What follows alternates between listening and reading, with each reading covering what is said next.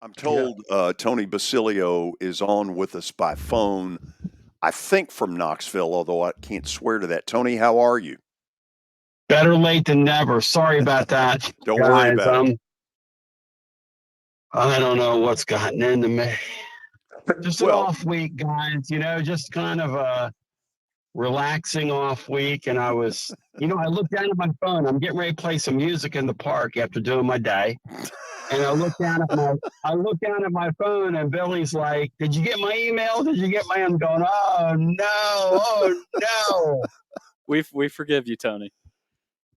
Thank you. absolutely. So, Tony, I put up a graphic a minute ago after the open date.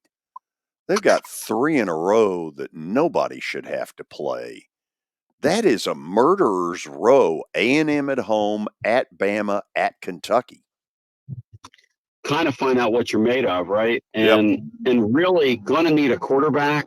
The thing about Milton was coming into this year, the line on him was doesn't turn the ball over, doesn't will eat a football, doesn't make suspect decisions. Well, that's kind of gone out the window after last week's game and then the game in Florida. And the truth is, the game down there, you guys were just talking about the Kentucky Florida deal. Poor Tennessee fans, we lose twice when first you lose to Florida almost annually, and then you turn around and you watch that sorry bunch from Lexington every year. It seems like beat the team you couldn't beat. It's like suffering two losses in the month of September, and it's just really bizarre. But George, it's going to be incumbent upon Tennessee to figure out a way to kind of navigate around the quarterback going forward. Tennessee's running game is one of the best in the nation when you look at the numbers, but they are getting ready to go up in weight class, to your point. In fact, you can make the case right now, though the club's 5-0, they have not played a team that's going to go to a bowl game. I would submit to you that South Carolina will have a difficult time getting to a bowl game. That Texas San Antonio team, no matter what league they're playing in, they're not the same team they were last year. Maybe they scratch out 6 before it's all said and done, but will they go as a 6 or 7 win team out of that league? I guess that remains to be seen. Florida, I mean, do we think Florida is going to win the requisite number of games to get there at this point? I mean, I would not bet on that Florida team I saw on the field last week. So obviously, the A&M game here in a week and a half is going to be a real challenge for this club. And then you've got Alabama, to your point. Here's the thing about Kentucky, though. See, I pen that in as not pencil. I pen that in as a win because that Kentucky bunch, for whatever reason, they're just flat out afraid of Tennessee. And you can go ahead and clip this and run it on Twitter and do what you're going to do. Those people know. Those people know the reality. Kind of like we know the reality of the Florida deal. We know the reality of the Florida deal. They know the reality of their deal when they get in the field with us. So it is, boys, sports are really interesting because it's, you can't tell me history doesn't matter in college football, even though it really shouldn't matter. But for some reason, it does matter. Yes, absolutely it does. So, Tony, obviously the loss of Brew McCoy is huge. Who becomes the first in line to try to step up, and can they come anywhere close to stepping up? What he is on this football team is, especially in that room, but he's our leader. And he was the tough guy. And no, you're just not going to replace him. Now, what he wasn't is a tear the top off the defense guy. Squirrel White the other night is developing into a really nice player. He was targeted 9 times on Saturday, caught all 9 of them, including a play where a defender interfered with him to the point where he not only grabbed him and held him, he danced with him for a second, and then he turned his helmet around. He was doing like the hokey pokey with the guy's helmet, but he still caught the football, which was a 50-yard pass play down to the 5-yard line. The truth is Tennessee's receivers need to be better. And I've talked to the great Watson Brown. I bow my head when I say thy name. And Watson was talking about Tennessee's receivers, and he said, they just don't seem like they grasp the concepts like last year's group did. And he was talking about vertical options that exist in Tennessee's passing game. And he said those guys are not helping their quarterback to this point to a satisfactory level. But you're right. I mean, they've got Chaz Nimrod back there, who is a guy that could help them. Somebody earlier in the week was asking Josh Heupel about, do we now see D. Williams at wide receiver? I think that's a worthwhile thought. Do you try one of the running backs and try to play somebody in the slot? Do we see a little bit of that? This is really going to be a challenge to a guy who's a great offensive mind in Josh Heupel, because truly they're not going to be able to beat people exploding on them with big plays with what they have left. They're just not. So it's going to be interesting to see how they navigate this difficult portion of the schedule, relying on the running game, kind of protecting their quarterback. Truth is, George, how many teams in this league aren't protecting and don't want to turn their quarterback 100% loose? I'd say the same thing's going on in Alabama, same thing's going on at Florida, same thing's going on at Kentucky. Missouri's growing a young quarterback. It's a really strange year in the league from that standpoint. There's a lot of that going on. You could rent out Kelly Holcomb, $29.95 per game. Kelly, what do you got for Tony? Well, I'm just sitting here listening, and it's not just the SEC, Tony. It seems like all of college football is there like a dominant team in college football, especially like I keep putting Georgia at the top, but I mean Georgia. I mean they've struggled a little bit with Auburn. I know that's a rivalry game, but I mean this is one of those years that is really crazy. It's been a while, and obviously the transfer portal's having a huge Yep. deal with it. But like, is there any dominant team in the SEC or college football this year? I tell you what, I've come to the conclusion, guys, is that the transfer portal changed the game for good. When they first went to that 12-team playoff, or we're talking about it a couple years ago, the naysayer said, why? You already have a 14 playoff and it's not competitive. It's funny. Think about it now. You will see a 12 seed if this thing continues to go the way that it's going. And in a couple of years, why wouldn't it?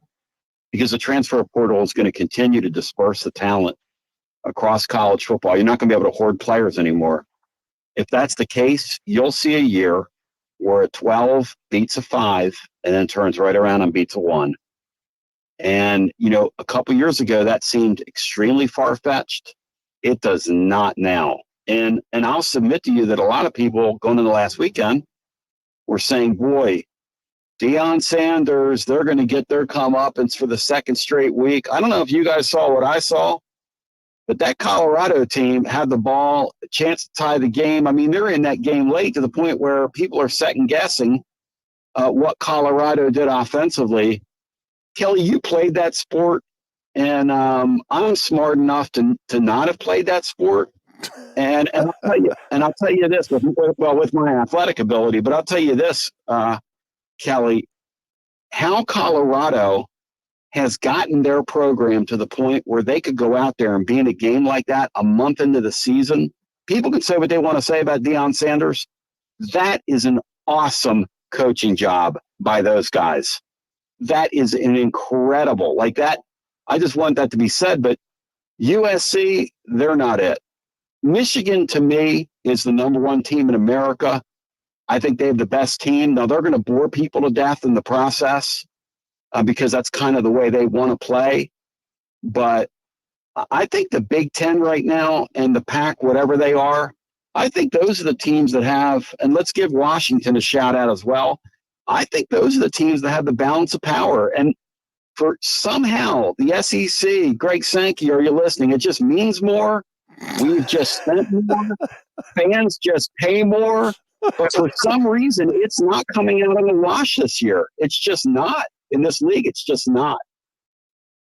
And it's kind of amazing, Tony, because next year the Pac-12 is going away. They got the Pac-2, but in my opinion, the Pac-12 may be the best conference in college football this year. You've got Yep, it Washington. You've reminds got, me. I Yep, mean, yep. you've got all those good quarterbacks. I know they've got the best quarterbacks in the nation out there. They've got guys that have been trusted and true, and they played the position well. And I know that for a fact. So I don't know if they're rethinking their deal about abolishing the Pac-12 and just going on about it. I don't know. It seems like that everything is kind of up in cahoots right this year, and the balance of power. I'm not with you on the Michigan deal yet. I think Texas may be the best team in the country. Maybe Florida State. Florida State's had some, but Michigan hadn't played anybody. I know they got a lot of guys back, but we'll see how it goes. Well, and I hear what you're saying there. I just think that's the way it's going to play out. But the truth about that whole what's going on the West Coast is what that reminds me of. And Kelly, you know this being the star-stud quarterback. I wouldn't know this from a kid, but it's almost like I like you. You're a young kid. I hope your wife's not listening. You go you go to the beach and you fall in love with this girl, and it's August. You're telling each other, you've been at the beach all summer, and you guys love each other, and you're going to wait for her, and she's going to wait for you. That's what this deal reminds me of right now. It's like a love you can't have. It's never going to happen. And so they're going to go off into the sunset with like the best conference in America this year. Why wouldn't it end that way? I mean, it's the most college football 2023 thing I can imagine. Why wouldn't it end that way? No, I'm kind of with you. So my last deal is this: watching a little bit of the UT game. How impressed were you with the defense, man? They put a lot of pressure on Spencer Rattler. It seems like their defensive line can get some pressure on the quarterback, which is what you need in today's college or pro football. Pierce and Joseph's two young ends who are really coming. And look, in the Southeastern Conference, if you don't have a couple of those guys, you don't have a chance in these signature games.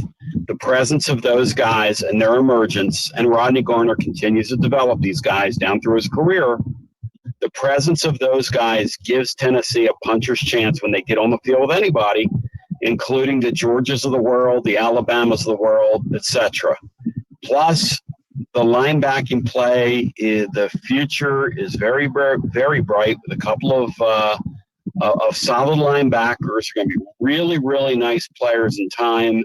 The strange thing is they seemingly have more difference makers early on and playmakers early on in Josh Heupel's defensive recruiting than in the offensive recruiting, which is a strange thing to say. It's a snapshot in time. It doesn't mean it's reality, but it's kind of the way it's looking. But those are great problems to have, having two excellent ends that are young kids that are growing every time they take the field. And, hey, you know what? Shout out Spencer Rattler, because how that guy kept getting up in Neyland Stadium in front of a bloodthirsty crowd, Tennessee with those uniforms on, he got hit, pressured, hurried, thrown to the ground several times. I didn't see that kid point his finger one time at his teammates. So shout out to that kid. He really respects the game and plays really hard. I'll tell you this. I like to see Tennessee with Spencer Rattler. I tell you, Alabama would like to have Spencer Rattler. Florida would take him. There's a lot of teams in this league. The sad thing for him is all his skill people all went into the transfer portal. Yep. It's crazy. It's crazy. It is crazy. So, Tony, tell me that during open date, there is no post-game show.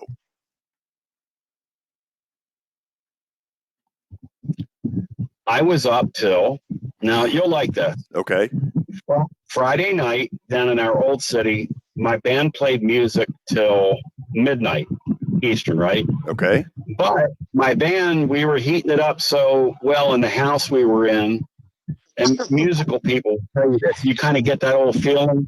We stayed on to like 12:30. Now, they're all having fun doing that, okay? I'm thinking to myself, I'm so old that if a cop stopped me right now, I would pull out a rock for my ID. and this is not going to be good for me tomorrow night.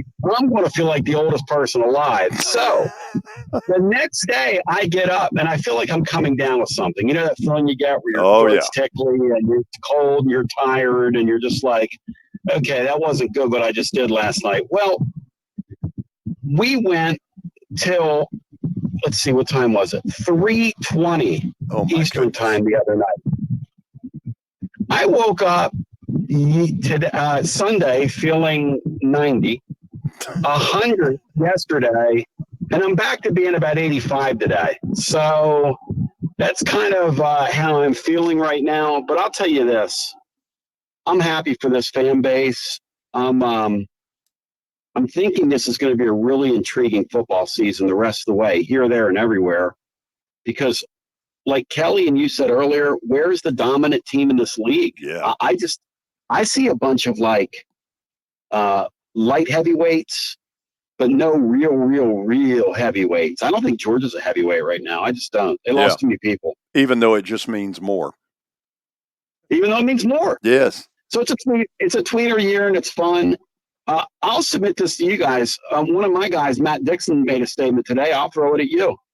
He said probably, because we were talking about Sankey and his power move going down to the Red River Shootout a year early, and he's going to be there, and making a big deal out of it. The truth is, those two teams would be among the two best teams in this league this year. Yep. Texas probably is the best team in this league. They probably are the best team in this league, even though they're not in it yet. Yep. Yeah, so much for all the watch for what you're walking into, Texas and OU. Yeah. I mean, they're fitting right in, and they'll be at the top. Just remember, it means more. It just means more. It just means more. Yeah. It just means more, my man. It just means more. I'll tell you what else just means more. Tony, I'll be at game 1 of what I think is Braves-Phillies Saturday. Whoa. Which means it'll be Braves-Marlins. Hey, George, yes. I was exchanging texts with one of my Philly buddies that does radio up there, Jack Fritz, who works at WIP in Philly, and he does post-game stuff there. Real good kid. You'd love him. Loves baseball. Anyway, he said, all I want to do is beat the Marlins. Phillies Nation is honest about this draw that we have. The Braves should absolutely take care of the Phillies in that series, I would think. I guess anything can happen in the playoffs. I'm afraid of the Marlins. Now, I got my full Negadelphia hat on right now. We expect the worst. And that's what we call each other, Negadelphians. Negadelphia. And I got to tell you, I am so afraid of that young Marlin team that has nothing to lose, has very good pitching, weren't supposed to be there. And, if they get by the Phillies, I think even though you guys handle them generally in the regular season, I think that would be a semi-scary opponent for the draw. Because they scare me. They've got way better pitching than the Braves right now. Jacob Stallings, Kevin's son, is on that Marlins team. It's remarkable. Yeah. Wow. He's up there. He's fired up. Well, that's really cool. Yeah. That's I can't imagine my son playing a sport like that where just all that pressure. And, imagine your kid making Major League Baseball. That is so cool. That is so good for him. He and I have had that conversation so many times. It's unbelievable. But good for Jacob. You have to remind yourself, right? Yeah, good for him. You got to remind yourself as a parent, hey, look, my son's hitting whatever he is, 2 whatever. Yeah. He plays kind of sparingly for them. And the truth is, you got to remind yourself, this is one of the hardest sports that we have in our country to make because it's truly a worldwide game. There are very few of those slots available. The pitching is impossible to hit these days. People come out of the bullpen throwing 100 miles an hour now, not like when we were kids and you had a couple guys that could do that. Now it's all over the place. How freaking hard is that game to play for Jacob Stallings, who doesn't play every day? It's going to be impossible to go out there. But it still just means more. Just means more, my brother. Tony, talk to you next week. Hey, thank you guys, and sorry about the stop it. Don't worry about it. I I won't let it happen again. Stop. See ya. Thank you, guys. See ya. Bye. Oh, he is the best. He is Tony Basilio, Knoxville sports talk show host. And if you're ever in a position to listen to him, he is very entertaining.